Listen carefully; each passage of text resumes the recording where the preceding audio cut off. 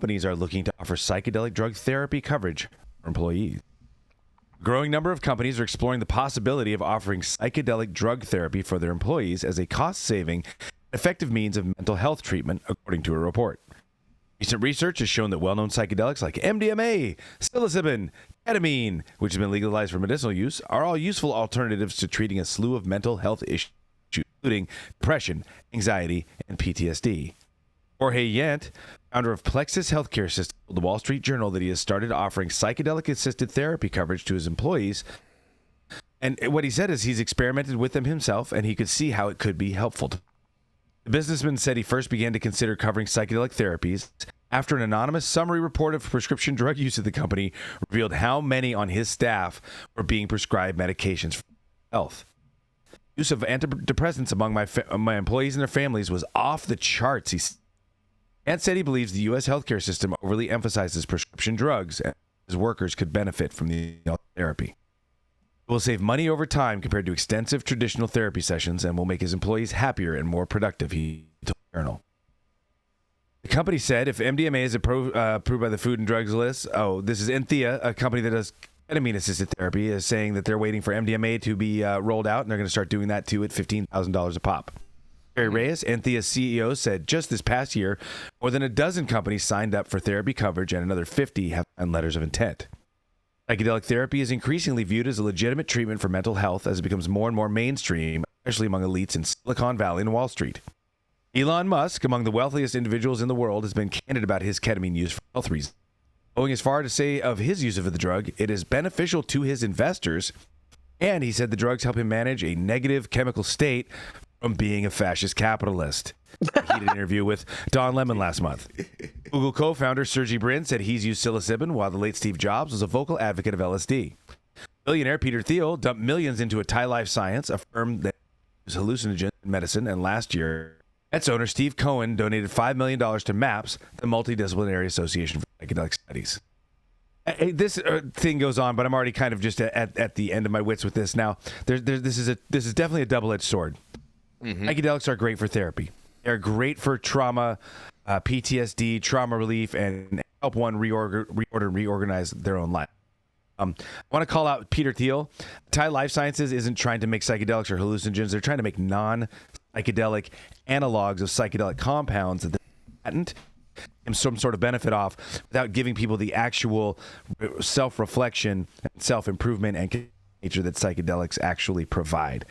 And what a lot of this is doing, and though I do support MAPS and I do support psychedelic therapy because people have trauma and I think people need help, what we're finding is instead of this therapy being aimed at homeless and drug users and recidivist criminals and politicians, people who really need it, it's being aimed in this Brave New World fashion at workers. They're trying to me, it feels like they're trying to craft a soma. If you're not familiar with the book, Soma was a drug that kind of sounded like a mixture of MDMA and LSD. It basically let everybody blow steam off on the weekends, didn't cause any real deep introspection, and was a social lubricant that allowed the workforce to be basically good wage slaves. I think that this article points to something that we all need to really have our hand on the brake on and area of, which is not allowing psychedelics to become another tool in the fascist capitalist toolbox as hierarchy, as structuring ability to allow people to have their freedom. What psychedelics are actually for are for us to take, listen, down inside of us that is the heart of wild nature that is calling us to reconnect with each other, to live a fairer, more compassionate, more equitable life along arm in arm with our friends, little squirrels and the rabbits and the deer, the hawks and the oak trees, and each other. And so to get down off my soapbox here and hand this over to Yarrow and Jason for a little bit more of a media reality perspective. Mm-hmm. But I am excited to hear and interested to hear what you guys have to say. So take it away, guys. You know, I really like what Eddie Funksta has to say in the chat in regards to this. He says, people that haven't taken psychedelics really have a lot to say about them these days. Ha, ha, ha. Yeah. Here. Yeah. Here. Mm-hmm. Yeah, I mean, I find it very, very interesting, especially what you said, Matthew, about Peter Thiel and what he's trying to do within the psychedelic space, and that makes a lot more sense once it's broken down like that. And I feel like there's a lot more organizations that are on that same page, and a lot of these pharmaceutical companies, and one of the reasons that they're wanting to do a similar path as well, so then that way they can patent it and monetize it.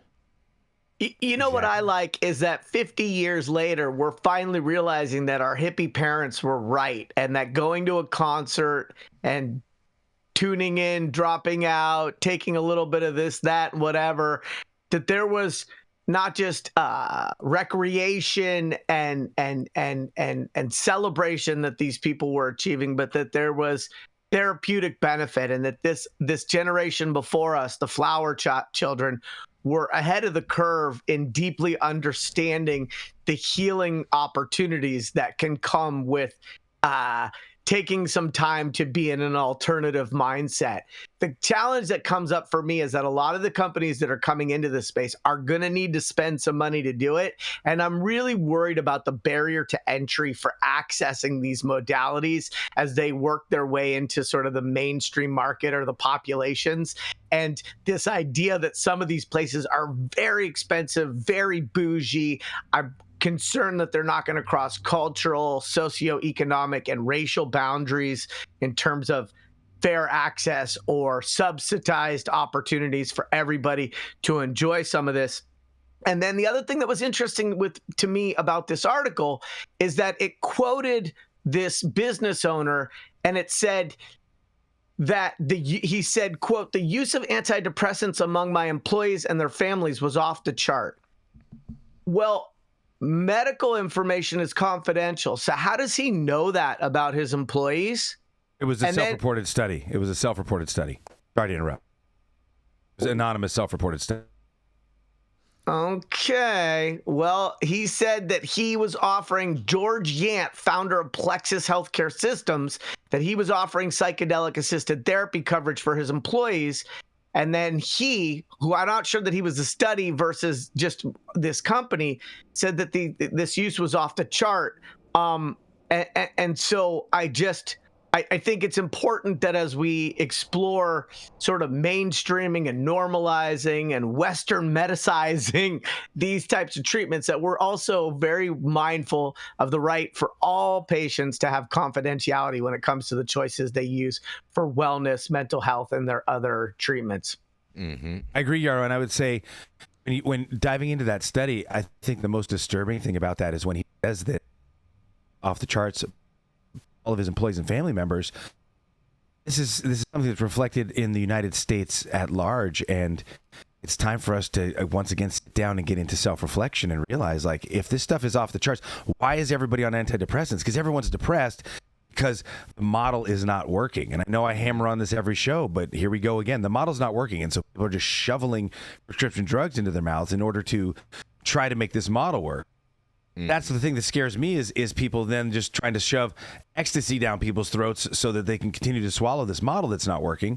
And I'd like to really caution. So there's a book called The Immortality Key. It's about the use of the kykeon, which is a beverage that contains a natural version of LSD, lysergic acid amide, that was used in the rituals of Eleusis in Greece. Now, the reason I point this out is the Greeks had a wealth of academic knowledge, mostly learned actually from the ancient Egyptians and Kemet. And they had the tie to this substance, and every Greek citizen had to do it at least once in their life. Now, you think that's amazing. It's great. They did have a beautiful society that built a lot of amazing megaliths. At the same time, they still had slaves. And so what this shows me is that psychedelics are never the cure in and of themselves. Psychedelics are a tool and an amplifier that will allow you to be a more fuller version of yourself. Therefore, if you are a capitalist fascist scumbag like Peter Thiel, it's just going to make you more so. Same thing with Elon Musk. It's just going to make you more so. It's not going to actually heal you. It may let a crack in. It may let the light in, but you have to see that crack. You have to see that light, and you have to work, spread, and open that. The work that is done with psychedelics is the work that is done every day, ordering one's life, aging one's life with discipline and willpower, growing one's compassion, understanding that we are all connected, and trying to think about how one's actions affect and influence other people for committing those actions. Live in a conscious state and not a reactive state. What do you think, Jason? I'm wondering about what Nick Bradley is saying. He's asking that when they started these studies, didn't suicide rates start to skyrocket at that point? From SSRI antidepressants, yes. Suicidal ideation and homicidal ideation are known side effects of SSRIs. Interesting. And there's a big thing where nobody wants to talk about the fact that nearly every school shooter has been on SSRIs. Now, is that just a correlation because so many children now are being fed these SSRIs, or is there a direct causation? I know people who are on SSRIs who have never harmed or killed themselves. And at the same time, these are well-known described side effects of these medications. Fair enough. It's interesting because I think, we are as a society are starting to appreciate mental health a lot more. And so part of that is also a driver for proliferation of these prescriptions being written over the last couple decades. It's also the thing that comes up for me is like MDMA has been studied for couples counseling going back to the early 2000s. I mean, we've got decades where some of these substances have been considered for their therapeutic benefit. And then the other thing that comes up for me is like, I hate to say this because I don't want to bash on our country, but Americans are in many respects pretty friggin' lazy. And they always want a pill or the hack or the shortcut.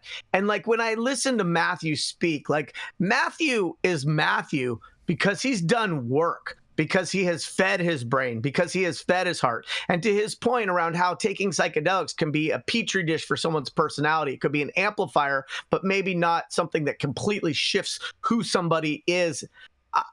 I think that we need to also think about wellness through this lens that there may never be something external to us that is a substitute for doing work, for putting effort into a conscious journey to try to improve and level up in all ways.